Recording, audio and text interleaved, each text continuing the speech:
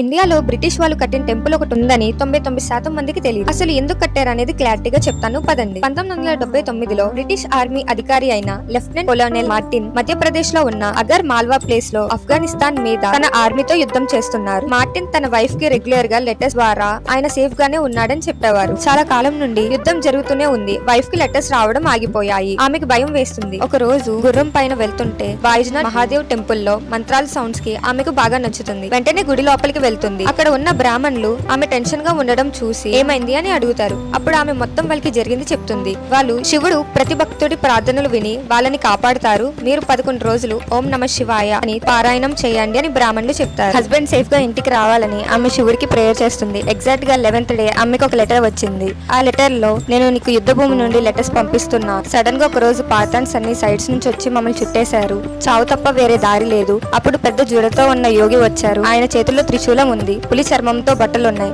ఆ గొప్ప యోగిని చూసి పాతాన్స్ అందరూ పారిపోయారు.